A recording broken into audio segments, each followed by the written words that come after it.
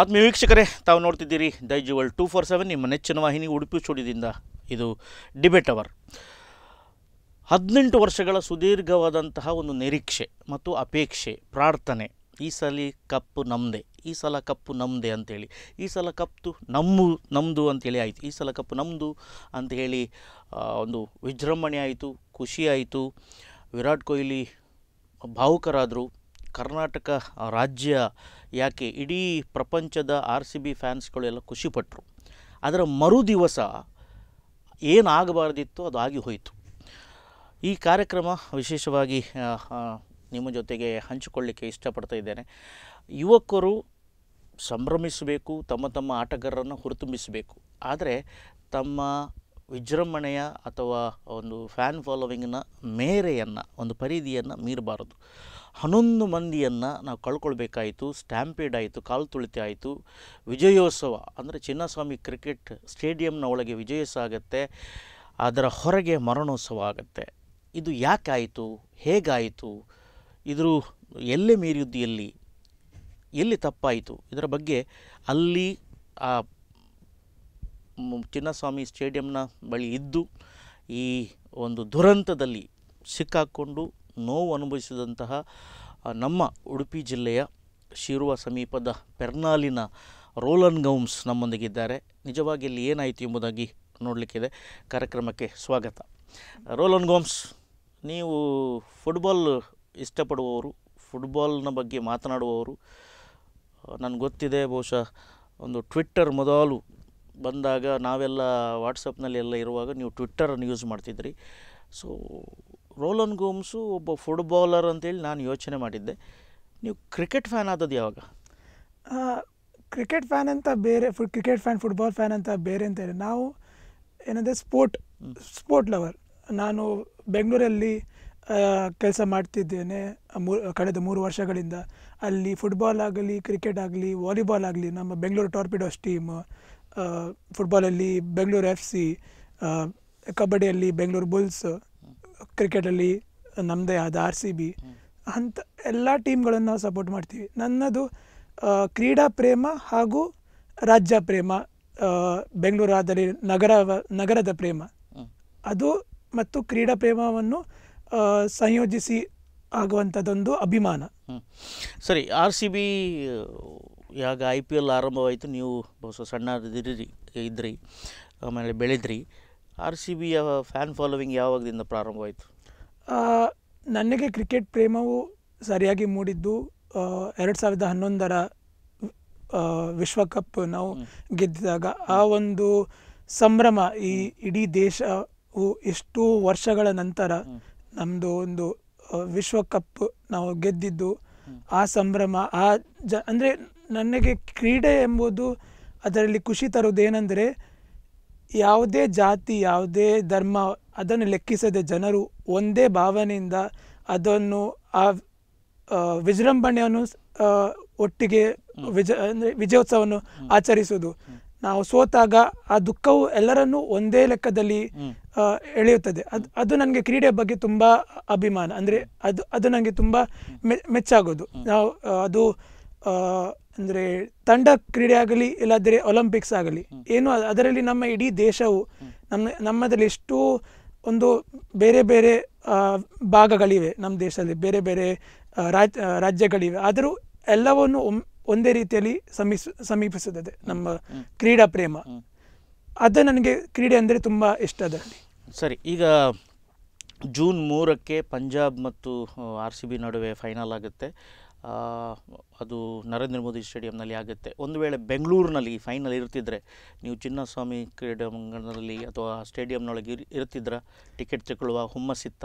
ಇಲ್ಲ, ನಾನು ಕಳೆದ 3 ವರ್ಷಗಳಿಂದ ಬೆಂಗಳೂರಲ್ಲಿ ಕೆಲಸವನ್ನು ಮಾಡ್ತಿದ್ದೇನೆ, ಅಲ್ಲಿ ನೆಲೆಸುತ್ತಿದ್ದೇನೆ. ನಾನು ಇಷ್ಟರವರೆಗೆ ಬೆಂಗಳೂರು ಸ್ಟೇಡಿಯಂಗೆ, ಚಿನ್ನಸ್ವಾಮಿಯಲ್ಲಿ ಹೋಗಿರಲಿಲ್ಲ. ಫುಟ್ಬಾಲ್ ನೋಡೋಕ್ಕೆ ನಾನು ಕಂಠೀರವ ಸ್ಟೇಡಿಯಂಗೆ ಹೋಗ್ತಿದ್ದೆ. ಬಟ್ ಚಿನ್ನಸ್ವಾಮಿ ಅದು ಟಿಕೆಟ್ಸ್ ತುಂಬ ಕಾಸ್ಟ್ಲಿ.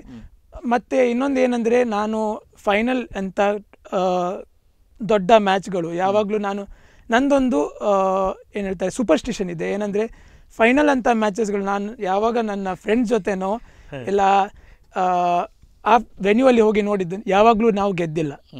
ಸೊ ಆ ಕಾರಣಕ್ಕಾಗಿ ಈ ಫೈನಲ್ ನಾನು ನನ್ನ ಮನೆಯಲ್ಲಿ ನನ್ನ ರೂಮಲ್ಲಿ ಒಬ್ಬನೇ ಕೂತ್ಕೊಂಡು ನೋಡಿದ್ದೇನೆ. ಈ ಸೂಪರ್ಸ್ಟಿಷಸ್ ಎಲ್ಲ ನಂಬ್ತೀರಿ ನೀವು? ಕೇವಲ ಕ್ರೀಡೆಯಲ್ಲಿ ಮಾತ್ರ. ಸೂಪರ್ಸ್ಟಿಷಸ್ ಆರ್ ಬ್ಯಾಡ್ ಅಂತೇಳಿ ನಾನು ಪಾಠ ಮಾಡಿದ್ದು. ಸರಿ ಇರಲಿ, ಅದು ಜೋಕ್ಸ್ ಪಾರ್ಟ್. ಈಗ ನೀವು ಫೈನಲನ್ನು ಅಲ್ಲಿ ಇರ್ತಿದ್ರು ಕೂಡ ಹೋಗ್ತಿರ್ಲಿಲ್ಲ. ಸರಿ, RCB ಗೆದ್ದಿತ್ತು, ಬೆಂಗಳೂರಿಗೆ ಬಂದಿತ್ತು. ಇಡೀ ರಾತ್ರಿ ಬೆಂಗಳೂರಿನಲ್ಲಿ ವಾತಾವರಣ ಹೇಗಿತ್ತು? ಜೂನ್ 3 ರಾತ್ರಿ ತುಂಬಾನೇ ವಿಜೃಂಭಣೆ, ತುಂಬಾನೇ ವಿಜಯೋತ್ಸವ. ನಾವು ಅಲ್ಲೇ ನಮ್ಮ ಲೊಕ್ಯಾಲಿಟಿ ಹತ್ರ, ನಾನು ಇರೋದು ಕೆಂಗೇರಿ ಅಂತ, ನಮ್ಮ ಬೆಂಗಳೂರು ನಗರದಲ್ಲಿ ಒಂದು end of the city border ಹತ್ರ ಹಾಗೆ. ಸೊ ಅಲ್ಲಿ ಕೂಡ ಇಡೀ ಆಕಾಶದಲ್ಲಿ ಪಟಾಕಿಗಳು, ಮತ್ತೆ ಜನರು ಮೇನ್ ಮಾರ್ಕೆಟ್ ಏರಿಯಾದ ರೋಡಲ್ಲಿ ಬಂದು ಯಾರು ಏನೋ ಪರಿಚಯ ಇಲ್ಲದವರು ಎಲ್ಲರನ್ನು ಹಗ್ ಮಾಡೋದು, ಮತ್ತೆ ಸೆಲೆಬ್ರೇಷನ್ ಮಾಡೋದು, ಅವರ ಬೈಕಲ್ಲಿ ಬಂದು ಅದು ಶಬ್ದ ಮಾಡೋದು, ಏನೋ ಇದು ತುಂಬಾ ವಿಜಯೋತ್ಸವ. ಇಡೀ ರಾತ್ರಿ ವಿಜಯೋತ್ಸವ ನಡೆದಿದ್ದು. ಅಂಗಡಿಗಳು ಬಂದಾಗಿದೆ ಹಗಲವರೆಗೆ. ಎಷ್ಟೋ ಅಂದರೆ ಪೊಲೀಸ್ನವರು ಇದ್ದ ಎಲ್ಲ ಫ್ಲೈಓವರ್ಸ್ಗಳನ್ನು ಬಂದ್ ಮಾಡಿ, ಯಾಕಂದರೆ ಜನರು ಹೊರಗೆ ಬರೋದು ಬೇಡ, ಸಿಕ್ಕಾಕೊಳ್ಳೋದು ಬೇಡ. ಮತ್ತೆ ನಂಗೆ ಕೇಳಿದ ಪ್ರಕಾರ ಆ ಫೈನಲ್ ದಿನ ಬೆಂಗಳೂರಲ್ಲಿ ರೆಕಾರ್ಡ್ ಆಲ್ಕೋಹಾಲ್ ಸೇಲ್ಸ್ ಕೂಡ ಆಗಿತ್ತು. ಸೊ ಪೊಲೀಸ್ನವರಿಗೆ ಫಸ್ಟ್ ಆಫ್ ಆಲ್ ಅದು ರಾತ್ರಿ ಜಾಸ್ತಿ ಕಂಟ್ರೋಲ್ ಮಾಡಕ್ ಆಗ್ಲಿಲ್ಲ. ಸೊ ಕೆಲವು ವಿಡಿಯೋಗಳನ್ನೆಲ್ಲ ನೋಡಿದ್ದೇವೆ, ಪೊಲೀಸರು ಎಳೆಯುವಾಗ ಅವರನ್ನು ಕೂಡ ಇಟ್ಕೊಂಡು ವಿಜಯೋತ್ಸವ ಮಾಡಿದ್ದೆಲ್ಲ ಇದೆ. ತುಂಬಾ ಒಳ್ಳೆ ವಿಜಯೋತ್ಸವ ಆಗಿದೆ. ಜೂನ್ 4ಕ್ಕೆ ಬೆಂಗಳೂರಿನಲ್ಲಿ ಟೀಮ್ ಬರುತ್ತೆ. ನಮಗೆ ಸಿಕ್ಕಿದ ಮಾಹಿತಿ ಪ್ರಕಾರ ಓಪನ್ ಬಸ್ನಲ್ಲಿ, ಹೇಗೆ ನೀವು ಹೇಳಿದರೆ 2011 ವರ್ಲ್ಡ್ ಕಪ್ ಆಗಿತ್ತು ಧೋನಿನ ಕ್ಯಾಪ್ಟನ್ಸಿಯಿಂದ, ಆ ಟೈಮ್ನಲ್ಲಿ ಮುಂಬೈಯಲ್ಲಿ ದೊಡ್ಡ ಬಸ್ ಮಾಡಿ ಅದನ್ನೆಲ್ಲ ಒಂದು ವಿಜಯೋತ್ಸವವನ್ನು ಮಾಡಿದ್ದಿದೆ. ಆದರೆ ನಮ್ಮ ಗೃಹ ಮಂದಿ ಹೋಮ್ ಮಿನಿಸ್ಟ್ರಿ ಅದಕ್ಕೆ ಪರ್ಮಿಷನನ್ನು ಕೊಡಲಿಲ್ಲ.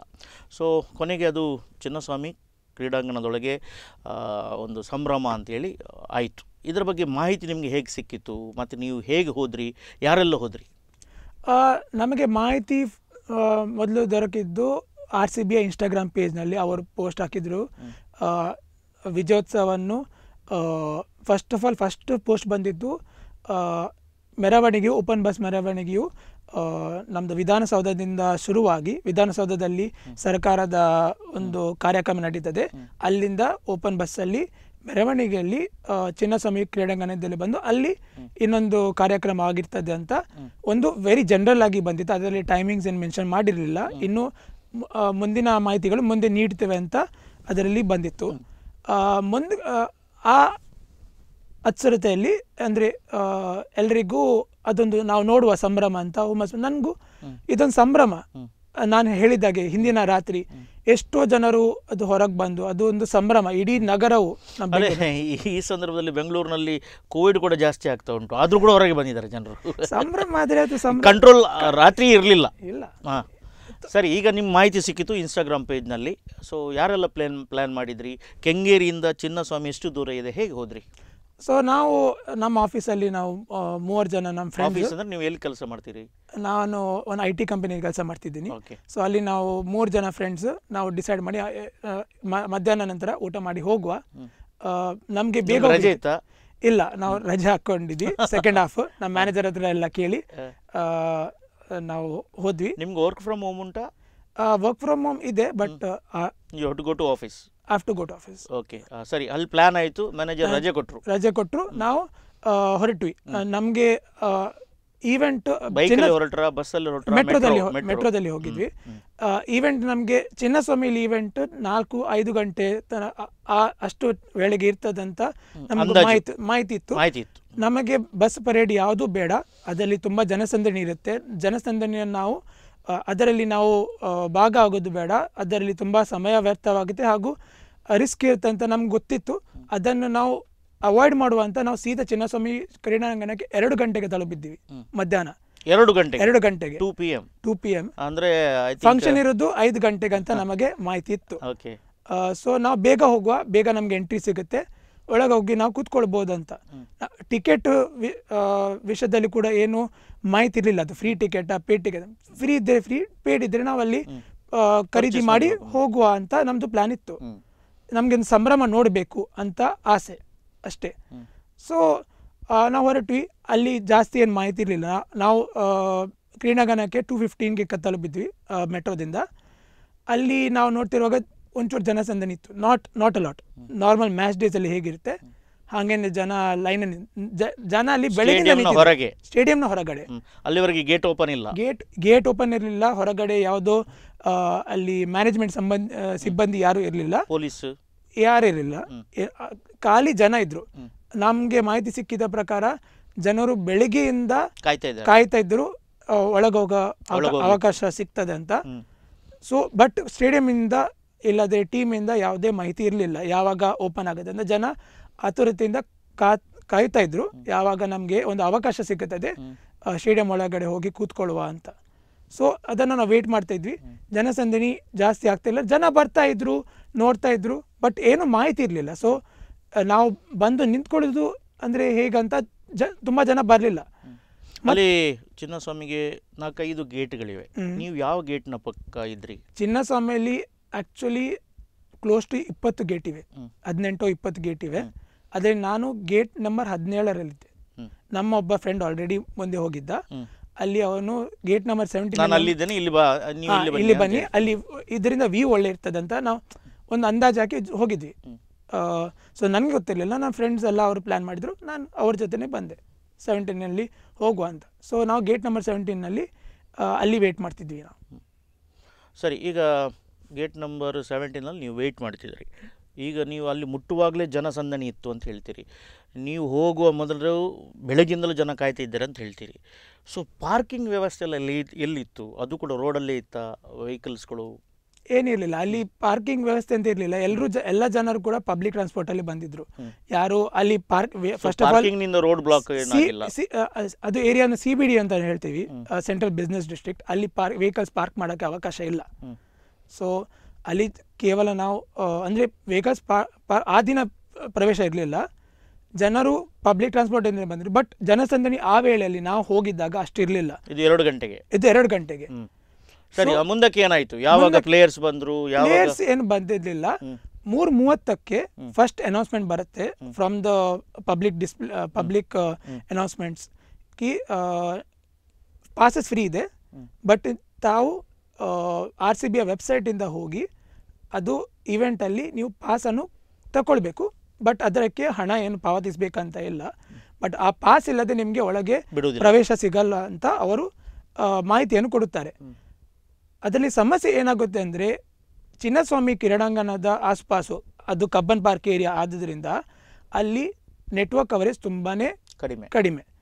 ಮತ್ತು ಅಲ್ಲಿ ಇರೋ ಜನಸಂದಣಿ ಮತ್ತು ಜನ ಅದು ಅರ್ಧ ಗಂಟೆದೇ ವ್ಯತ್ಯಾಸ. ಯಾಕೆಂದರೆ ಅವ್ರು ಹೇಳಿದರು 4 ಗಂಟೆಗೆ ಗೇಟ್ಗಳು ಎಲ್ಲರೂ ಒಮ್ಮೆಲೆ ಆಕ್ಸೆಸ್ ಮಾಡುವಾಗ ಸರ್ವರ್ ಕೂಡ ಡೌನ್ ಆಗುತ್ತೆ. ಅದರ ಮೇಲೆ ಕನೆಕ್ಟಿವಿಟಿ ಕೆಟ್ಟಾಗ ಆಗೋದ್ರಿಂದ ತುಂಬಾ ಜನರಿಗೆ ಅದು ಸೈಟ್ ಆಕ್ಸೆಸ್ ಸಿಗಲ್ಲ, ಓಪನ್ ಆಗಲಿಲ್ಲ. ಸೊ ಆವಾಗ ಜನರಲ್ಲಿ ಗಾಬರಿ ಸ್ಟಾರ್ಟ್ ಆಯಿತು. ನಾವು ಎಷ್ಟೋ ಸಮಯದಿಂದ ಇಲ್ಲಿ ನಿಂತಿದ್ದೇವೆ, ನಮಗೆ ಒಳಗೆ ಹೋಗೋ ಆತುರ ಇದೆ, ಆದರೆ ನಮಗೆ ಪಾಸ್ ಸಿಗ್ತಾ ಇಲ್ಲ, ನಾವು ಏನು ಮಾಡೋದು ಅಂತ. ಆವಾಗ ಜನರಲ್ಲಿ ಅದೊಂದು ಗಾಬರಿ, ಅದೊಂದು ಮಾಬ್ ಮೆಂಟಾಲಿಟಿ ಬರೋಕ್ಕೆ ಸ್ಟಾರ್ಟ್ ಆಗುತ್ತೆ. ಆ್ಯಂಡ್ ಪೀಪಲ್ ತುಂಬಾ ಆವಾಗ ಜಾಸ್ತಿ ಆಗ್ತಾ ಇರ್ತದೆ. ನಮಗೆ ಒಳಗೆ ಹೋಗ್ಲಿಕ್ಕೆ ಬಿಡಿ, ನಮಗೆ ಈ ಈವೆಂಟನ್ನು ನೋಡಬೇಕು ಹಾಗೆ ಅಂತ ಅವರು ಅಲ್ಲಿ ಗೇಟಲ್ಲಿ ಆರ್ಗ್ಯೂ ಮಾಡೋಕ್ಕೆ ಸ್ಟಾರ್ಟ್ ಮಾಡಿ. ಆವಾಗ ನಾವು ಇನ್ನೂ ಕೂಡ ಲೈನಲ್ಲಿ ಇರಲಿಲ್ಲ, ಅಂದರೆ ನಾವು ಆ ಏರಿಯಾದಲ್ಲಿ ಇದ್ವಿ, ಒಂಚೂರು ದೂರ ಆಗಿದ್ವಿ. We did not want to get into the group. ನಾವು ಅದನ್ನು ನಾವು ಟಿಕೆಟ್ ಆಕ್ಸೆಸ್ ಮಾಡೋಕ್ಕೆ ಟ್ರೈ ಮಾಡ್ತಿದ್ವಿ. ಮತ್ತು ಅವ್ರು ಅನೌನ್ಸ್ಮೆಂಟ್ ಮಾಡಿದರು 3:50 ಅರೌಂಡ್ಗೆ ನಾವು ನಿಮಗೆ ಟಿಕೆಟ್ ಇಲ್ಲದೆಯೂ ಕೂಡ ಬಿಡ್ತೀವಿ, ನೀವು ದಯಮಾಡಿ ಇಲ್ಲಿ ಏನೋ ನೂಕುನುಗ್ಗಲು ಮಾಡೋದು ಬೇಡ, ನೀವು ಸರಿಯಾಗಿ ಲೈನಲ್ಲಿ ನಿಲ್ಲಿ ಅಂತ ಅವರು ಅನೌನ್ಸ್ಮೆಂಟ್ ಮಾಡ್ತಿದ್ದು. ಆದರೆ ಹೊರಗಡೆ ಯಾರೋ ಲೈನನ್ನು ಸರಿಯಾಗಿ ಮಾಡಲು ಭದ್ರತಾ ಸಿಬ್ಬಂದಿ ಯಾರೂ ಇರಲಿಲ್ಲ. ಸೊ ಜನರು ಅಫ್ಕೋರ್ಸ್ ಯಾರು ಭದ್ರತಾ ಸಿಬ್ಬಂದಿ ಇಲ್ಲದಿದ್ದರೆ, ಭದ್ರತಾ ಸಿಬ್ಬಂದಿ ಇದ್ರೂ ಕೂಡ ಬಟ್ ಒಂದು ಜನರೊಂದು ಶಿಸ್ತಂದು ಇರುತ್ತೆ. ಯಾರು ಭದ್ರತಾ ಸಿಬ್ಬಂದಿ ಇದ್ರೆ ನೀವು ಮಾಡೋದು ನಿಮ್ಮನ್ನು ಒಳಗೆ ಬಿಡಲ್ಲ ಅಂತ, ಅಂಥದ್ದು ಯಾರು ಇರಲಿಲ್ಲ, ಯಾವುದೂ ಗೇಟಲ್ಲಿ ಇರಲಿಲ್ಲ. ಸೊ ಲೈನ್ಸ್ ಎಲ್ಲ ಏನಿಲ್ಲ, ಲೈನ್ಸ್ ಎಲ್ಲ you are waiting for the gate to open. ಅದು ಕೂಡ ಗೇಟ್ ತುಂಬಾನೇ ಚಿಕ್ಕದು. ಅವ್ರು ಕೇವಲ ಅಟ್ ಎ ಟೈಮ್ ಒಂದಿಬ್ಬರು ಜನ ಹೋಗುವಷ್ಟು ಮಾತ್ರ ಸ್ಪೇಸ್ ಇತ್ತು. ಸೊ ಜನ ವೇಟ್ ಮಾಡ್ತಾ ಇದ್ದಾರೆ. ಮೊದಲು ನಾವು ಬರುವಾಗ ಕರೆಕ್ಟಾಗಿ ಲೈನ್ ಇತ್ತು. ಅದೇನಂದರೆ ಚಿನ್ನಸ್ವಾಮಿಯ ಗೋಡೆಯ ಪ್ಯಾರಲಲ್ ಆಗಿ ಜನ ಲೈನ್ ಮಾಡಿ ನಿಲ್ತಾರೆ ಯಾವಾಗಲೂ, ಅದೇ ಥರ ಇತ್ತು. ಬಟ್ ಈ ಟೈಮಲ್ಲಿ ಯಾಕೆಂದರೆ ಜನ ತುಂಬ ಆ್ಯಕ್ಷನ್ಸ್ ಇದ್ದರು, ಅವರು ಒಳಗೆ ಹೋಗಲೇಬೇಕಂತ ಎಲ್ಲ ಕಡೆಯಿಂದಲೂ ಜನ ಆ ಚಿಕ್ಕದೊಂದು ಜಾಗದಲ್ಲಿ ಒಳಗೆ ಬರೋಕ್ಕೆ ತುಂಬ ಟ್ರೈ ಮಾಡ್ತಿದ್ರು. ಅದನ್ನು ಕಂಟ್ರೋಲ್ ಮಾಡೋಕ್ಕೆ ಯಾರೂ ಇರಲಿಲ್ಲ. ನಾವು ಆ ಸಮಯದಲ್ಲಿ ಸಿಕ್ಕಾಕಿಕೊಂಡ್ವಿ. ಇದು 4 ಗಂಟೆಗೆ ಗೇಟ್ ಓಪನ್ ಆದಾಗ ಎಲ್ಲ ಕಡೆಯಿಂದಲೂ ಜನ ಹೊರಗಿಂದ ಬಂದರು. ಅದು ದೊಡ್ಡ ಫ್ಯಾನ್ ಇದು ಥರ ಆಯಿತು. ಒಂದೇ ದಿಕ್ಕಿನಲ್ಲಿ ಜನ ನೂಕುನುಗ್ಗಲು ಮಾಡಲು ಸ್ಟಾರ್ಟ್ ಆಯಿತು. ನಾವು ಇಲ್ಲಿಂದ ಅಂದರೆ ಹಿಂದಿರುಗುವ ಇದು ತುಂಬಾ ರಿಸ್ಕಿ ಆಗಿದೆ, ಬೇಡ ನಾವು ಹೋಗುವ ಬೇಡ, ಒಂಚೂರು ಸೇಫ್ ಆಗಿರುವ ಒಂಚೂರು ಜನಸಂದಣಿ ಕಮ್ಮಿ ಆದಲ್ಲಿ ಇನ್ನು ಅವಕಾಶದಲ್ಲಿ ಮತ್ತೆ ಹೋಗ್ಬೋದಂತ ನಾವು ಯೋಚನೆ ಮಾಡಿದ್ರು. ನಾವು ಆವಾಗ ಫ್ರೆಂಡ್ಸ್ 3 ಜನ, ಓದೋದು 3, ಒಬ್ಬ ಅಲ್ಲಿದ್ದ. ಕರೆಕ್ಟ್, ಟೋಟಲ್ 4 ಜನ ಇದ್ವಿ. ಸೊ 4 ಮಂದಿ ಡಿಸೈಡ್ ಮಾಡಿದ್ರಿ ನೀವೀಗ? ಹೌದು, ಅದು ಮಾಡ್ಲಿಕ್ಕೂ ನಮ್ಗೆ ಹಿಂದಿರುಗ್ಲಿ ಅವಕಾಶ ಸಿಗ್ಲಿ. ಯಾಕಂದ್ರೆ ಹಿಂದಿನದ ತುಂಬಾ ಜನರು ಒಂದೇ ದಿಕ್ಕಿನಲ್ಲಿ ನೂಕುನುಗ್ಗಲು ಮಾಡಿದ್ರಿಂದ ಹಿಂದೆ ತಿರುಗುವ ಅವಕಾಶ ಇಲ್ಲ. ಸೊ ನಮಗೆ we had to go through the same direction. ಅದರಲ್ಲೂ ಇಟ್ ವಾಸ್ ಗೋಯಿಂಗ್ ಫೈನ್. ಸರಿಯಾಗಿ ನಾಟ್ ಸರಿಯಾಗಿ ನೂಕುನುಗ್ಗಲಾಗಿ ಫಾಸ್ಟ್ ಆಗಿ ದೂಡ್ತಿದ್ರು ಹೋಗ್ತಾ ಇದ್ರು. ಈಗ ಸಮಸ್ಯೆ ಏನಾಯ್ತಂದ್ರೆ ಅದು ಗೇಟ್ ಆಪೋಸಿಟ್ ಒಂದು ಸಾಲಿಟರಿ ಬ್ಯಾರಿಕೇಡ್ ಅಡ್ಡ ಇಟ್ಟಿದ್ರು. ಈ ನೂಕನುಗ್ಗಲಲ್ಲಿ ಆ ಒಂದು ಬ್ಯಾರಿಕೇಡು ಜನರ ಮೇಲೆ ಬೀಳುತ್ತದೆ. ಇದು ಸುಮಾರು 4 ಆಗಿ 5 ನಿಮಿಷಕ್ಕೆ ಆಗುವ ಘಟನೆ. ಆವಾಗ ನಾವು ಆ ಲೈನಲ್ಲಿ ಆಲ್ಮೋಸ್ಟ್ ಗೇಟ್ ಹತ್ರ ತಲುಪ್ತಾ ಇದ್ವಿ ನಾನು ಮತ್ತೆ ನನ್ನ ಗುಂಪು. ಸೊ ಆ ಬ್ಯಾರಿಕೇಡ್ ಬಿದ್ದಾಗ ನನ್ನ ಒಬ್ಬ ಸ್ನೇಹಿತ ಅದರಲ್ಲಿ ಜನರ ಮೇಲೆ ಸಿಕ್ಕಾಕೊಂಡ, ಕೆಳಗೆಲ್ಲ. ಸೊ ಬ್ಯಾರಿಕೇಡ್ ಬಿತ್ತು, ಅದು ಡಾಮಿನೋ ಎಫೆಕ್ಟ್ ಆಗಿ ಒಬ್ಬರ ಮೇಲೆ ಒಬ್ಬರು ಯಾಕಂದ್ರೆ ನೂಕುನುಗ್ಗಲಲ್ಲಿ ಬೀಳ್ತಾ ಇರುವಾಗ ಒಬ್ಬರ ಮೇಲೆ ಒಬ್ಬರು ಬೀಳ್ತಾ ಹೋಗ್ತಾರೆ. ಸೊ ನನ್ನ ಫ್ರೆಂಡ್ ಅದರಲ್ಲಿ ಬಿದ್ದ. ಅವನನ್ನು ನಾನು ಹೊರಗೆ ಎಳೆಯುವ ಈ ಏನೋ ಕಾಲು ತುಳಿತದಲ್ಲಿ ಮೇಲೆ ಎನ್ನುವಾಗ ನನಗೆ ಹಿಂದಿನಿಂದ ಇನ್ನೊಬ್ರು ದೂಡಿದ್ರು. ನಾನು ಕೆಳಗೆ ಸೈಡಲ್ಲಿ ಬಿದ್ದೆ. ಸೈಡಲ್ಲಿ ಬೀಳುವಾಗ ನನ್ನ ಕಾಲು ಬ್ಯಾರಿಕೇಡ್ ಬಿದ್ದಿದ್ರ ಅದರ ಒಂದು ಗ್ಯಾಪ್ ಅಲ್ಲಿ ನನ್ನ ಕಾಲು ಸಿಕ್ಬಿಡ್ತು. ಮತ್ತೆ ನನ್ನ ಕಾಲ ಮೇಲೆ ಇನ್ನು 2-3 ಜನ ಬಿದ್ರು. ಸೊ ನನ್ನ ಕಾಲಲ್ಲಿ ಸಿಕ್ಕಾಕೊಂಡು ನನಗೆ ಅಲ್ಲಿಂದ ಹೊರಗೆ ಬರುವ ಅವಕಾಶ ಸಿಗ್ಲಿಲ್ಲ, ಹೇಳಲಿಕ್ಕೂ ಕೂಡ ಯಾಕಂದ್ರೆ ನನ್ನ ಕಾಲು ಸಿಕ್ಕಿ ಬಿದ್ದಿದೆ, ಅದರ ಮೇಲೆ 2 ಬಿದ್ದಿದ್ದಾರೆ. ಹೌದು. ಸೊ ಆವಾಗ ನನಗೆ ಇದು ಜ್ಞಾಪಕ ಆಯ್ತು, ನನ್ನ ಕಾಲೀಗ ಬೇಗ ಹೊರಗೆ ಬರುವ ಚಾನ್ಸ್ ಇಲ್ಲ. ನನ್ನ ಜನರನ್ನು ಅಲ್ಲಿಂದ ನೀವು ಎದ್ದೇಳಿ ನನಗೆ ಹೇಳ್ಬೇಕಂತ ನಾನು ತುಂಬಾನೇ ಹೇಳಿದ್ರು, ಬೊಬ್ಬೆ ಹಾಕಿದ್ರು. ಯಾರಿಗೂ ಕೇಳಿದೆ, ಯಾಕೆಂದ್ರೆ ತುಂಬಾನೇ ಅಲ್ಲಿ ಗಲಾಟೆ ಆಗ್ಲಿಕ್ಕೆ ಸ್ಟಾರ್ಟ್ ಆಯ್ತು, ತುಂಬಾ ಜನ ಬೊಬ್ಬೆ ಹಾಕ್ತಿದ್ರು. ಸೊ ಆವಾಗ ನಾನು ಒಂದು ಡಿಸೈಡ್ ಮಾಡಿದೆ, ಓಕೆ ನನ್ನ ಎದೆ ಮೇಲೆ ಯಾರು ಬೀಳಬಾರ್ದು, ಎದೆ ಮೇಲೆ ಬಿದ್ದರೆ ನನಗೆ ಶ್ವಾಸ ತೆಗೆಯಲು ಕಷ್ಟ ಆಗುತ್ತೆ ಅಂತ ಒಂದು ತಲೆ ಯೋಚನೆ ಬಂತು. ನನ್ನ ಕೈಯಿಂದ ಜನರು ನಾನು ದೂಡ್ಲಿಕ್ಕೆ ಸ್ಟಾರ್ಟ್ ಮಾಡಿದೆ. ನಾನು ಇಲ್ಲಿ ಕೆಳಗೆ ಸಿಕ್ಕಾಕಿಕೊಂಡಿದ್ದೇನಂತ ನಾನು ಬೊಬ್ಬೆ ಹಾಕಿ ನಿಮ್ಮ ದೋಸ್ತಿಯಲ್ಲಿದ್ದಾರೆ ಈಗ? ದೋಸ್ತಿ ಅವರು ಆ ಟೈಮಲ್ಲಿ ಮೋಸ್ಟ್ಲಿ ಸೇಫ್ ಆಗಿರಿ, ಬಟ್ ನನಗೆ ಯಾರು ಕಾಣಲಿಲ್ಲ. ನೀವು ಯಾರಿಗೆ ರೆಸ್ಕ್ಯೂ ಮಾಡ್ಲಿಕ್ಕೆ ಹೋಗಿದ್ರಿ? ಅವರು ಸೇಫ್ ಆಗಿದ್ರು. ಅವರು ಸೇಫ್ ಆಗಿದ್ದಾರೆ, ನೀವು ಈಗ ಬಿದ್ದಿದ್ದೀರಿ. ಹೌದು. Okay, then you decided that ಇದು ಆಗುವಂಥದ್ದಲ್ಲ, let me save myself. Okay, so ಮುಂದೇನಾಯ್ತು? ಆವಾಗ ನಾನು ಜನ ದೂಡ್ಲಿಕ್ಕೆ ಸ್ಟಾರ್ಟ್ ಮಾಡಿದೆ. ಬಟ್ ಪ್ರಾಬ್ಲಮ್ ಏನಂದ್ರೆ ನಾನು ಎದ್ದಲು ಟ್ರೈ ಮಾಡುವಾಗ ಯಾರು ನನ್ನ ಸೈಡಲ್ಲಿ ನಿಂತಿದ್ದಾರೋ ಅವ್ರು ಬೀಳದಾಗೆ ನನ್ನ ದೇಹದ ಸಪೋರ್ಟ್ ಇಟ್ಕೊಂಡು they were trying to pull themselves away. So ನನ್ನನ್ನು ಇನ್ನೂ ಕೆಳಗೆ ಆಗ್ತಾ ಇದ್ರು. So they want to save themselves. Correct. ಮತ್ತೆ ಜನರಿಗೆ ಇನ್ನೂ ಕೂಡ ಗೇಟ್ ಒಳಗಡೆ ಹೋಗೋ ಆಸೆ ಅತುರ, ಇಲ್ಲಿ ಜನ ಕೆಳಗೆ ಬಿದ್ದಿದ್ದಾರೆ ಅದನ್ನು ಲೆಕ್ಕಿಸದೆ ಅವರು ನಾವು ಒಳಗೆ ಹೋಗುವ ಅಂತ ಒಂದು ಬಿದ್ದವ್ರು ಬೀಳಲಿ ಅಂತ ಅವರು ನಮ್ಮನ್ನು ರೂಢಿ ಒಳಗೆ. ಆ ಎಕ್ಸೈಟ್ಮೆಂಟ್, ಆ ಇಂಟ್ರೆಸ್ಟ್, ಆ ಕುತೂಹಲದಿಂದ ನಾವು ಎಲ್ಲಿ ಕಾಲಿಡ್ತಿದ್ದೇವೆ, ಹೇಗೆ ಹೋಗ್ತಿದ್ದೇವೆ ಎಂಬುದು ಕೂಡ ಇಲ್ಲ. ಯಾಕೆಂದರೆ ಯು 4 ಆರ್ IT ಪ್ರೊಫೆಷನಲ್ಸ್. ನಮ್ಗೆ ಗೊತ್ತಿರುವ ಪ್ರಕಾರ ಆ 11 ಡೆತ್ ಆಗಿದೆ, ಅವರೆಲ್ಲ ಕೂಡ ವೆಲ್ ಎಜುಕೇಟೆಡ್ IT ಪ್ರೊಫೆಷನಲ್ಸ್ ಇದ್ದಾರೆ, CA ದವರು ಇದ್ದಾರೆ, ನಮ್ಮ ಕರಾವಳಿಯವರು ತುಂಬ ಮಂದಿ ಇದ್ದಾರೆ. 9ನೇ ಕ್ಲಾಸ್ನ ಹುಡುಗಿ ಅದರಲ್ಲಿ ಸಿಕ್ಕಿಹಾಕೊಂಡ್ಳು. So what is next? ಈಗ ನಿಮ್ಮ ಮೇಲೆ ಕ್ರೌಡ್ ಜಾಸ್ತಿ ಆಗ್ತಾ ಇದೆ, ನೀವು ಈಗ ಕವಚಿ ಬಿದ್ದಿದ್ದೀರಾ, ಅಂಗಾತ ಬಿದ್ದಿದ್ದೀರಾ, ಹೇಗೆ ಬಿದ್ದಿದ್ದೀರಿ? ನನ್ನ ಎದೆ ಮೇಲೆ ಭಾಗದಲ್ಲಿದೆ. ಓಕೆ. ಸೊ ಮುಖ ಮೇಲೆ ಇದೆ. ಮುಖ ಮೇಲಿದೆ. I have fallen down face up. ನಿಮ್ಮ ತಲೆ ರೋಡ್ನ ಮೇಲೆ ಇದೆ. ತಲೆ ರೋಡ್ ಮೇಲೆ, ಕಾಲು ಬ್ಯಾರಿಕೇಡ್ನೊಳಗೆ ಸಿಕ್ಕಿ ಬಿದ್ದಿದೆ. ಸೊ ನಾನು ನನ್ನನ್ನು ಸೇವ್ ಮಾಡ್ಲಿಕ್ಕೆ ಟ್ರೈ ಮಾಡ್ತಾ ಇದ್ದೇನೆ. ಬಟ್ ಈಗ ಜನರು ನನ್ನ ಮೇಲೆ ಇದ್ದಾರೆ. ಆ್ಯಂಡ್ ನನಗೆ ಈಗ ಆಮ್ಲಜನಕವು ಸಿಗುವುದು ತುಂಬ ಕಡಿಮೆ ಆಗ್ತಾ ಇದೆ. ಆಕ್ಸಿಜನ್ ತುಂಬ ಕಡಿಮೆ ಆಗ್ತಾ ಇದೆ. ಸಫೋಕೇಶನ್ ಸ್ಟಾರ್ಟ್ ಆಗ್ತಿದೆ. ಆ್ಯಂಡ್ ನನಗೆ ಉಸಿರಾಡಲು ಸಮಸ್ಯೆ ಸ್ಟಾರ್ಟ್ ಆಗುತ್ತೆ. ಆವಾಗ ನಾನು ಬೊಬ್ಬೆ ಆಗ್ತಿರೋದು, ಅಂದರೆ ನಾನು ಇದ್ದೇನೆ, ನನ್ನ ಮೇಲೆ ಮೆಟ್ಟಿಬೇಡಿ, ಮನುಷ್ಯ ಇದ್ದಾನಂತ ಒಂದು ಜನರನ್ನು ಹೇಳುವ ಪ್ರಯತ್ನ ಕೂಡ ಕಡಿಮೆ ಆಗ್ತಾ ಇದೆ. ಯಾಕೆಂದರೆ ನನಗೆ ನನ್ನ ಎನರ್ಜಿ ಕೂಡ ಸೇವ್ ಮಾಡಲಿಕ್ಕಿದೆ. ಆವಾಗ my body is getting into fight or flight mode. I am trying to conserve energy. ನಾನು ಶ್ವಾಸ ಮಾಡಲು ಟ್ರೈ ಮಾಡ್ತಿದ್ದೇನೆ. ಆ್ಯಂಡ್ ಅದು ಎಫರ್ಟ್ ಮಾಡ್ತಾ ಇರುವಾಗ I am trying to breathe heavily. Crowd ಇರಬಹುದು ಆ ಟೈಮ್ನಲ್ಲಿ. ಆ ಗೇಟ್ ಅಲ್ಲೇ 1,000 ಜನ ಇರ್ಬೋದು. ತುಂಬಾನೇ ಕ್ರೌಡ್ ಇತ್ತು. ಬೇರೆ ಗೇಟ್ ಅಲ್ಲಿ ಕೂಡ ಆಲ್ ಆರ್ ವಿತ್ ಶೂಸ್. ಅಲ್ಲಿ ನನ್ನ ಸ್ನೇಹಿತರು ಮತ್ತೆ ಹೇಳಿದ ಒಂದು ಅಂದರೆ ಅವರು ಇಡೀ ಎಲ್ಲ ಈವೆಂಟ್ ಆದಮೇಲೆ ಅವ್ರು ನೋಡ್ತಿರುವಾಗ ಆ ಸ್ಟೇಡಿಯಂ ಹೊರಗಡೆ ಒಂದು ಇದ್ದ ಶೂಗಳ ಸಂಖ್ಯೆ ನೋಡಿ ಯಾವುದೋ ಸೂತಕದ ಇಟ್ಸ್ ಲೈಕ್ ಸುನಾಮಿಯಲ್ಲಿ ತೇಲಿ ಬಂದ ಹಾಗೆ ಎಲ್ಲ ಅದು ದೃಶ್ಯ ತುಂಬಾ ಭಯಾನಕವಾಗಿತ್ತು ಅಂತ ಹೇಳಿದ್ರು. ಓಕೆ, ಈಗ ನಾವು ಮೀಡಿಯಾದಲ್ಲಿ ನೋಡಿದ ಪ್ರಕಾರ ನೀವು ಯು ಆರ್ ಅನ್ಕಾನ್ಷಿಯಸ್. ಅದು ನೀವು ಅಲ್ವಾ ಅಂತ ಹೇಳಿ ತುಂಬ ಎಲ್ಲ ಚರ್ಚೆ ಆಗುತ್ತೆ. ಇಲ್ಲಿ ಎಲ್ಲ ನ್ಯೂಸ್ ಸ್ಪ್ರೆಡ್ ಆಗುತ್ತೆ.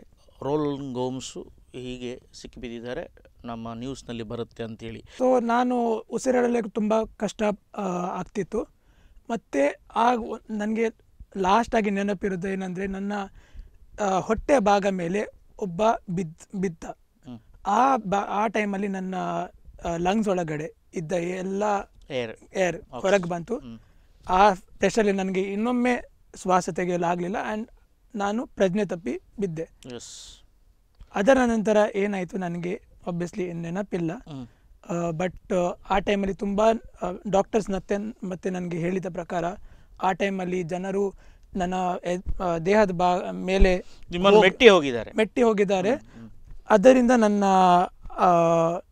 ಆರ್ಮ್ ಇದೆ ಮತ್ತೆ ತಲೆ ಮೇಲೆ ಏನಿದೆ ಭುಜದ ಮೇಲೆ, ರೈಟ್ ಭುಜ, ಹೌದು, ಬಲ ಭುಜದ ಮೇಲೆ ಪೆಟ್ಟಾಗಿದೆ. ಫ್ರಾಕ್ಚರ್ ಏನಾಗಿದೆ? ಫ್ರಾಕ್ಚರ್ ಆಗಿಲ್ಲ. ನನ್ನ ಭುಜದ ನರಗಳಿವೆ, ಆ ನರಗಳು ಅದು ಸ್ಟ್ರೆಚ್ ಆಗಿ ಟ್ವಿಸ್ಟ್ ಆಗಿದೆ. ಸೊ ಅದರಿಂದ ನನ್ನ ರೈಟ್ ಎಲ್ಬೋದಲ್ಲಿ ನನಗೆ ಈಗ ಕಂಟ್ರೋಲ್ ಇಲ್ಲ. ಓಕೆ, ನಿಮ್ಮ ಕಣ್ಣುಗಳು ಎಲ್ಲ ಇದಾಗಿದೆ, ಅಂದರೆ ಇಂಟರ್ನಲ್ ಬ್ಲೀಡಿಂಗ್ ಆದಾಗಿದೆ, ಕೆಂಪಾಗಿದೆ.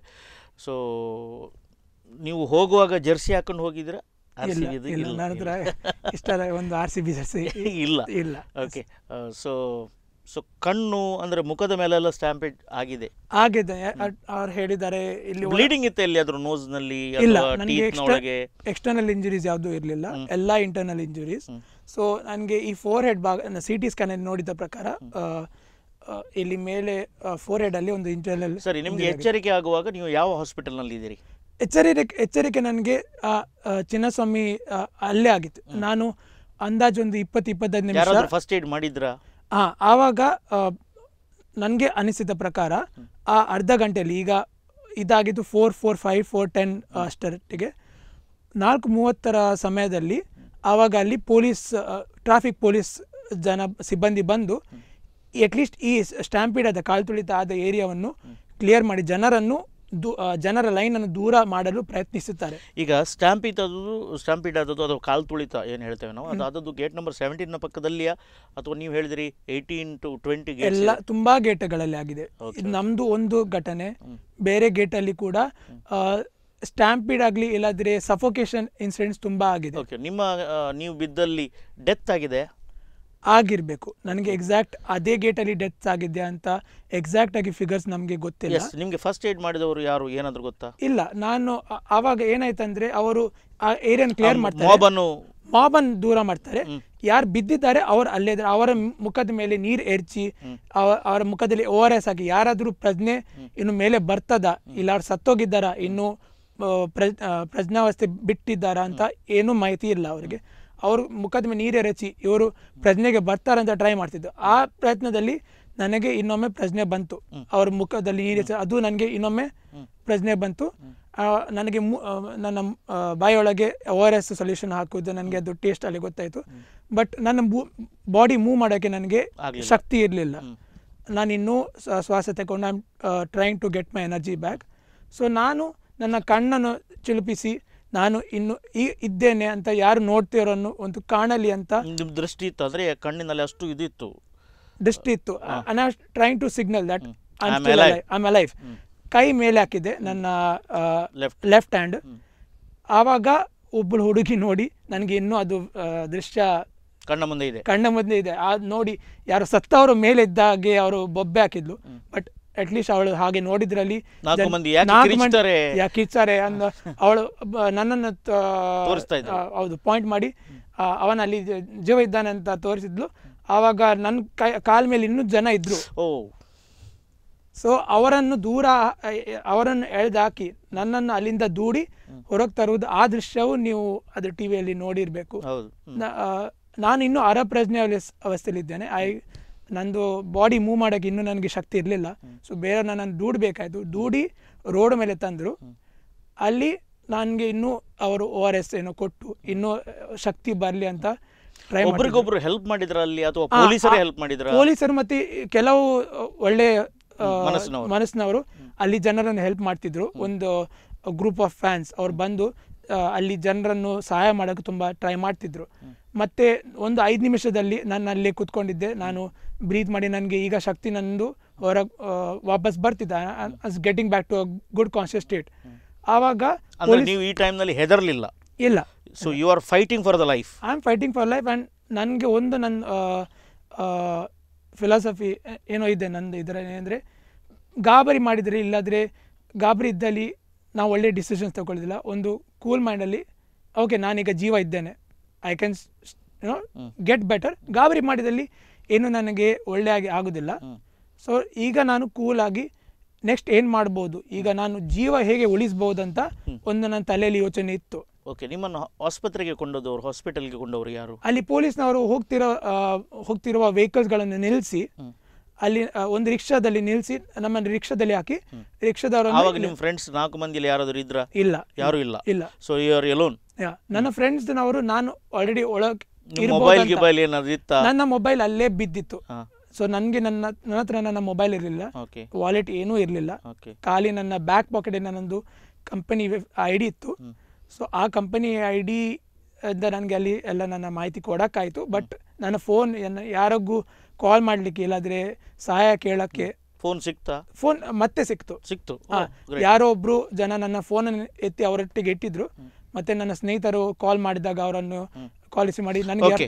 ನೀವು ಯಾವ ಹಾಸ್ಪಿಟಲ್ಗೆ ನಿಮ್ಮನ್ನು ಅಡ್ಮಿಟ್ ಮಾಡಿದ್ರು? ಅಲ್ಲಿ ಹತ್ತಿರವೇ ನಾನು ಹೇಳಿದಾಗೆ ನಾನು ಕಂಠೀರವ ಫುಟ್ಬಾಲ್ ಮ್ಯಾಚ್ ನೋಡೋಕೆ ಹೋಗ್ತಿದ್ದೆ. ಅದರ ಪಕ್ಕದಲ್ಲೇ ಒಂದು ವೈದೇಹಿ ಸೂಪರ್ ಸ್ಪೆಷಾಲಿಟಿ ಹಾಸ್ಪಿಟಲ್ ಅಂತ VSH ಆಸ್ಪತ್ರೆ ಇತ್ತು. ಹಿಂದಿನಲ್ಲಿ ಅದು ಮಲ್ಯ ಆಸ್ಪತ್ರೆ ಆಗಿತ್ತು. ಅದನ್ನೀಗ ಹೊಸತಾಗಿ VSH ಆಸ್ಪತ್ರೆ ಅಂತ ಇದೆ. ಅಲ್ಲಿ ಒಂದು ಆಸ್ಪತ್ರೆ ಇದೆ, ಅದು ಕೂಡ ಚಿನ್ನಸ್ವಾಮಿ ಹಾಗೂ ಕಂಠೀರವ 1 ಕಿಲೋಮೀಟರ್ ದೂರದಲ್ಲಿದ್ದು. ಸೊ ಅಲ್ಲೇ ಆಸ್ಪತ್ರೆ ಇದೆ ಅಂತ ನನಗೆ ಗೊತ್ತಿತ್ತು. ಆವಾಗ ನನಗೆ ಶ್ವಾಸ ತೆಗೆಯಲು ಇನ್ನೂ ತುಂಬ ಕಷ್ಟ ಆಗ್ತಿತ್ತು. ಬೇಗನೆ ಒಂದು ಆಸ್ಪತ್ರೆಗೆ ರೀಚ್ ಆಗಿ ನನಗೆ ಟ್ರೀಟ್ಮೆಂಟ್ ಸಿಗಲಿ, ಅಲ್ಲಿ ಹತ್ತಿರ ಆಸ್ಪತ್ರೆ ಇದೆ, ಅಲ್ಲಿ ಹೋಗೋಣ ಅಂತ ನಾನು ರಿಕ್ಷಾ ಡ್ರೈವರಿಗೆ ಹೇಳಿದೆ. ಇನ್ನೊಬ್ಬ ನನ್ನ ಜೊತೆ ಇದ್ದ ಅಪರಿಚಿತ, ಅವರು ಕೂಡ ಅದೇ ಕಾಲು ತುಳಿತದಲ್ಲಿದ್ದರು. ಸೊ ಅವರನ್ನು ನಾವಿಬ್ಬರು ಅಲ್ಲಿ VSHಗೆ ಹೋದರು. ಅವನು ಇನ್ನೂ ಏನು ಮಾತಾಡೋ ಸ್ಥಿತಿ ಇರಲಿಲ್ಲ. ಸೊ ನನಗೆ ಅರಪ್ರಜ್ಞೆ ಇತ್ತು. ಸೊ ನಾನು ರಿಕ್ಷಾ ಡ್ರೈವರ್ಗೆ ಇದೇ ಡೈರೆಕ್ಷನಲ್ಲಿ ಈಚೆ ಹೋಗಿ ಆಸ್ಪತ್ರೆಯಲ್ಲಿ ನಮಗೆ ದಾಖಲಾತಿ ಮಾಡಲಾಯಿತು. ಅವರು ಅಲ್ಲಿ 1-2 ಕೇಸಸ್ ಬಂದಿತ್ತು already. So they were waiting for the other people to come. And ಅವರು ಆವಾಗಲೇ ನಮ್ಮನ್ನು ವೀಲ್ಚೇರಲ್ಲಿ ಒಳಗೆ ತಗೊಂಡು ಹೋಗಿ they took us to the trauma centre, the emergency centre. ಇಷ್ಟೆಲ್ಲ ಆಗುವಾಗ ಕೂಡ ನೀವು ಗಮನಿಸ್ತಿದ್ದೀರಿ, ನಿಮ್ಗೆ ಪ್ರಜ್ಞೆ ಇದೆ. ಓಕೆ, ಟ್ರೀಟ್ಮೆಂಟ್ ಎಲ್ಲ ಸ್ಟಾರ್ಟ್ ಆಯಿತು ಅಂದರೆ ಫಸ್ಟ್ ಏಡ್ ಎಲ್ಲ ಮಾಡಿದ್ರು. ಸೊ ಫಸ್ಟ್ ಡಯಾಗ್ನೋಸಿಸ್ ಇದಾಯಿತು. ಆರ್ಮ್ಸ್ ಎಲ್ಲ ಲಿಮ್ಸ್ ಸರಿ ಇದೆಯಾ, ನಿಮ್ಮ ಎದೆ ಭಾಗ ನಿಮಗೆ ಉಸಿರಾಡಲು ಸಮಸ್ಯೆ ಇದೆಯಾ, ತಲೆ ಮೇಲಿನ ಪೆಟ್ಟಾಗಿದೆ, ನಿಮಗೆ ಕಣ್ಣು ಕಾಣ್ತಿದ್ಯಾ, ಕಿವಿ ಕೇಳಿಸಿದ್ಯಾ, ಎಲ್ಲ ಫಸ್ಟ್ ಡಯಾಗ್ನೋಸಿಸ್ ಆಯಿತು. ಆ ಡಯಾಗ್ನೋಸಿಸಲ್ಲಿ ನನ್ನ ನನ್ನ ಬಲಗೈ ನನಗೆ ಮೂವ್ಮೆಂಟ್ ಸರಿ ಇರಲಿಲ್ಲ. ಮತ್ತು ಇಡೀ ಕೈಯು ನಂಬ್ ಆಗಿತ್ತು. ನನ್ನ ರೈಟ್ ಲೆಗ್ ಹಾಗೂ ಲೆಫ್ಟ್ ಸ್ಪರ್ಶ ಏನು ಏನು ಇದೆಯಲ್ಲ, ಸ್ಪರ್ಶ ಇತ್ತು, ಬಟ್ ನನಗೆ ಕೈ ಮೂವ್ ಮಾಡಲು ಆಗುದಿಲ್ಲ. ಬೆರಳುಗಳು ಒಂಚೂರಾಗಿ ಕೆಲಸ ಮಾಡ್ತಿದ್ದು. ಈಗ ಬೆಟರ್ ಆಗಿದೆ ಬಿಕಾಸ್ ಆಫ್ ಟ್ರೀಟ್ಮೆಂಟ್. ಬಟ್ ಆ ಟೈಮಲ್ಲಿ ನನಗೆ ತುಂಬಾನೇ ಕಷ್ಟ ಆಗ್ತಿತ್ತು. ಇಡೀ ಕೈಯು ಒಳಗಿಂದ ಉಬ್ಬಿದಾಗೆ ನನಗೆ ಆಭಾಸವಾಗ್ತಿತ್ತು. So you are admitted there and June 4 ಅದು ಆಯಿತು. ಈಗ June 5 ನಿಮ್ಮ ಫ್ರೆಂಡ್ಸಿಗೆಲ್ಲ ಹೇಗೆ ಗೊತ್ತಾಗುತ್ತೆ ನೀವು ಅಲ್ಲಿದ್ದೀರಿ ಅಂತ? ಅದೇ June 4 ರಾತ್ರಿ ನಾನು ಹೇಳಿದಾಗೆ ನಾನು ಅದು ಅಲ್ಲಿ ಅರೆಪ್ರಜ್ಞೆ ಅವಸ್ಥೆಯಲ್ಲಿ ದೂಡಿದ್ದ ಆ ದೃಶ್ಯವು ನ್ಯೂಸಲ್ಲಿ ಬರುತ್ತೆ.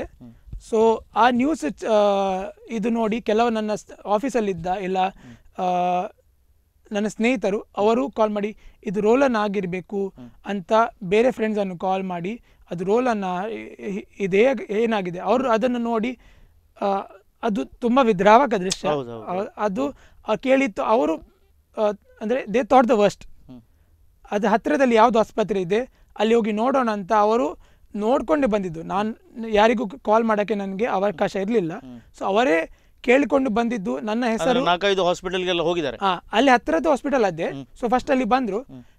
ಆ ಲಿಸ್ಟಲ್ಲಿ ನನ್ನ ಹೆಸರಿತ್ತು. ನಾನು ಆಲ್ರೆಡಿ ರಿಸೆಪ್ಷನ್ಗೆ ನನ್ನ ಹೆಸರು ಕೊಟ್ಟಿದ್ದೆ. ಅಂದರೆ ನಿಮ್ಮಲ್ಲಿ ಕಾರ್ಡ್ ಇತ್ತು. ಸೊ ಅವರು ಆ ಹೆಸರಿಗೆ ಈ ಮನುಷ್ಯ ಇಲ್ಲಿ ಇದ್ದಾನಂತ ಒಬ್ಬರನ್ನು ಅವರು ಕಳಿಸಿದ್ರು. ಅವ್ರು ನೋಡಿ ನನ್ನ ನೋಡಿ ಅವರಿಗೆ ಖುಷಿ, ಅವರನ್ನು ನೋಡಿ ನನಗೆ ಖುಷಿ. ಓಕೆ, ಅವರ ಮನಸ್ಸಿನಲ್ಲಿ ಇದ್ದಂತ ವರ್ಸ್ಟ್ ಸಿಚುವೇಶನ್ ಹೋಯಿತು. Is there.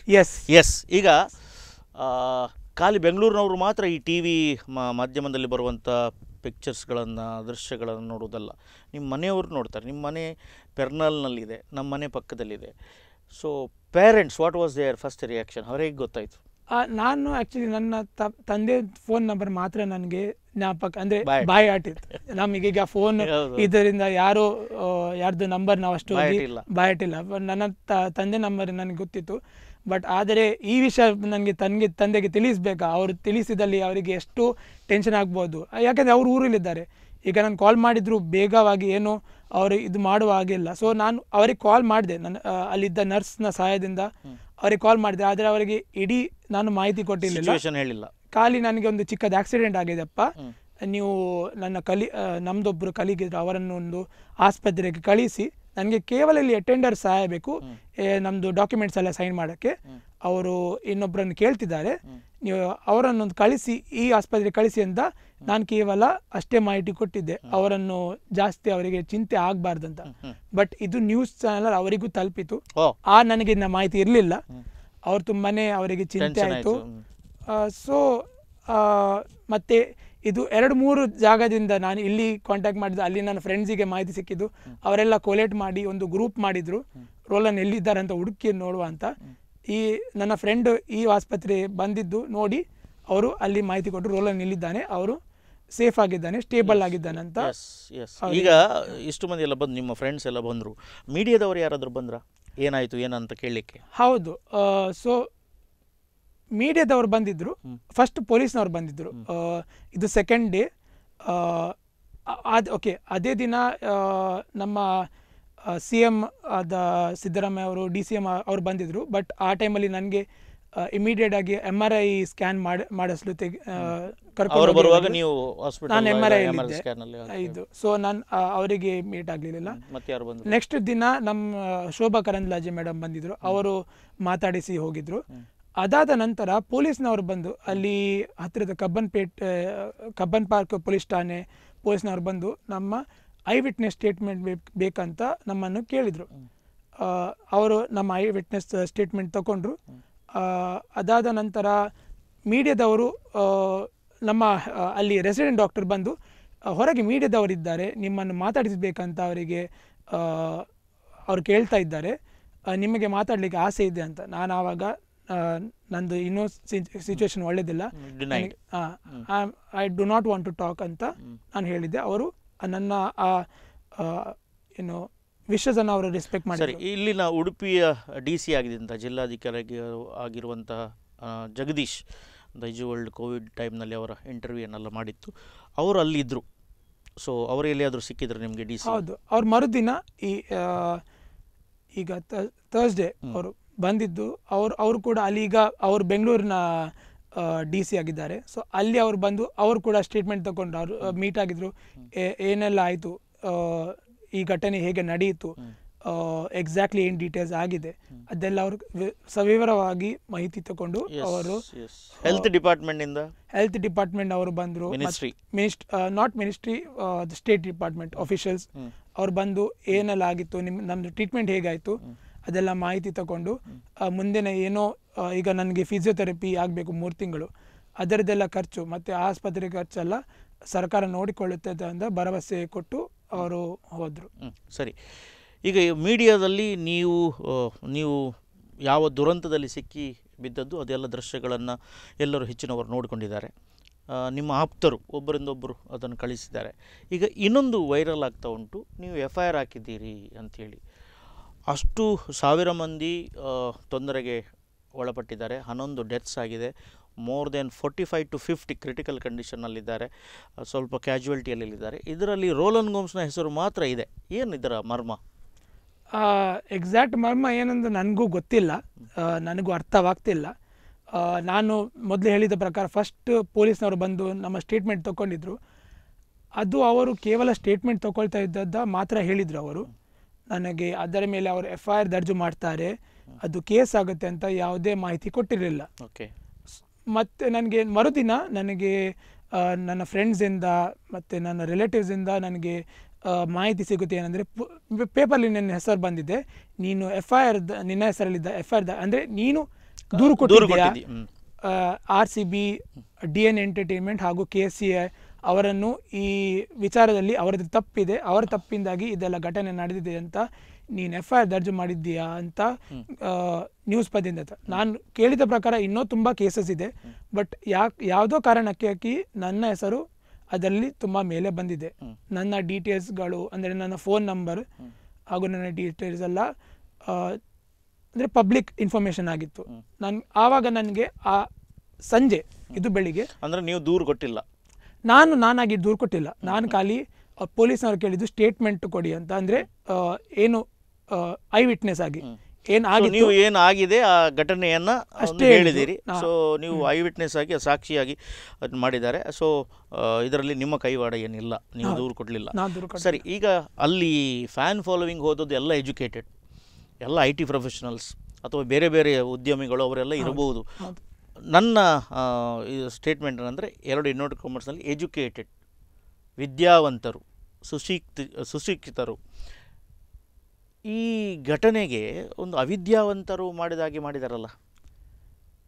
ನಾನು ನಿಮ್ಮ ವಿದ್ಯಾವಂತರು ಎಂಬ ಬಿರುದಿಗೆ ಇನ್ನೊಂದು ಹೆಸರು ಕೊಟ್ಟರೆ ನಿಮಗೆ ಏನಾಗೋದು ಅಂದರೆ, people are not educated. Education here is literacy. ಹೆಸರು ಬರೀಲಿಕ್ಕೆ ಬರುತ್ತದೆ. ನಮಗೆ ಓದು ಅಕ್ಷರಸ್ಥರು, ನಾಟ್ ವಿದ್ಯಾವಂತರು. ವಿದ್ಯಾವಂತರು ನಾವು ಮನುಷ್ಯರನ್ನು ಮನುಷ್ಯರಾಗಿ ನೋಡೋದು. ಈಗ ನಾವು ಅಂದರೆ ಇದು ನಗರ ಊರು ಅಂತ ನಾನು ಮಾಡಲು ಇಚ್ಛಿಸುವುದಿಲ್ಲ, ಆದರೆ ನಾವು ಈಗ ಊರಲ್ಲಿ ನಾವು ನಡೆಯುತ್ತಿರುವಾಗ ಒಂದು ದಾರಿಯಲ್ಲಿ ಒಂದು ಆ್ಯನಿಮಲ್ ಬಿದ್ದಿದೆ, ಅದನ್ನು ನಾವು ಕೂಡ ಮೆಟ್ಟಿ ಹೋಗಲ್ಲ, ನಾವು ಸೈಡಿಂದ ಹೋಗ್ತೀವಿ. ಇಲ್ಲ ನಾಯಿ ಸತ್ತು ಬಿದ್ದರೂ ಕೂಡ ನಾವು ಒಂದು ಸೈಡಿಗೆ ಹೇಳ್ತಾಗ್ತೀವಿ, ಇಲ್ಲಾಂದರೆ ಸೈಡಿಂದ ಹೋಗ್ತೀವಿ ನಾವು.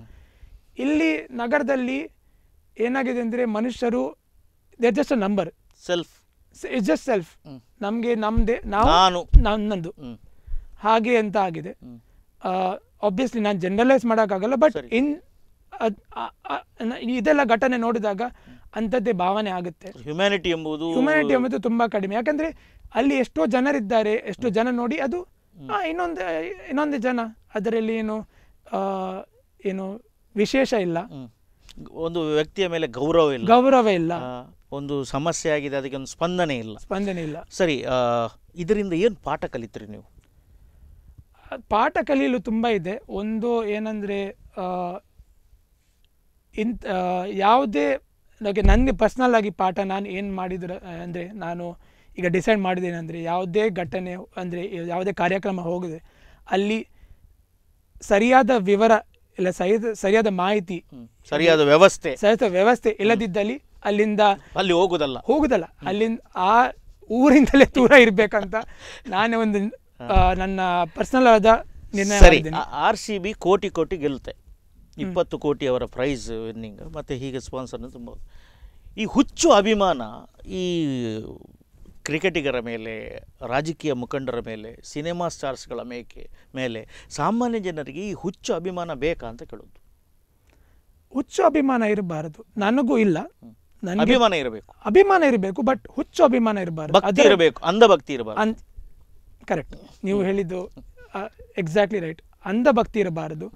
ನಾವು ಈಗ ನಾನು ಒಂದು ಹೇಳುವುದಾದರೆ, ಈಗ ಇದು FIR ಆಯಿತು, ಆಫ್ಕೋರ್ಸ್ ನಾನು ಬೇಕಂತ FIR ಹಾಕಿದ್ದಲ್ಲ. ನಾನು ಅಂದರೆ ಈಗ ನಾನು ಅಂದ್ಕೊಳ್ಳೋದು, ಈಗ ನಾನು ದೂರು ಕೊಟ್ಟಿದ್ದಲ್ಲಿ ನಾನು ಹೋಗಿ ಪೊಲೀಸ್ನವರಿಗೆ ಹೇಳಬೇಕು, ನನಗೆ ಇದು ಲಾಸ್ ಆಗಿದೆ, ಸೊ ನನಗೆ ಇವರ ಮೇಲೆ ದೂರು ಕೊಡಬೇಕಂತ ನಾನಾಗಿ ಹೋಗಬೇಕು.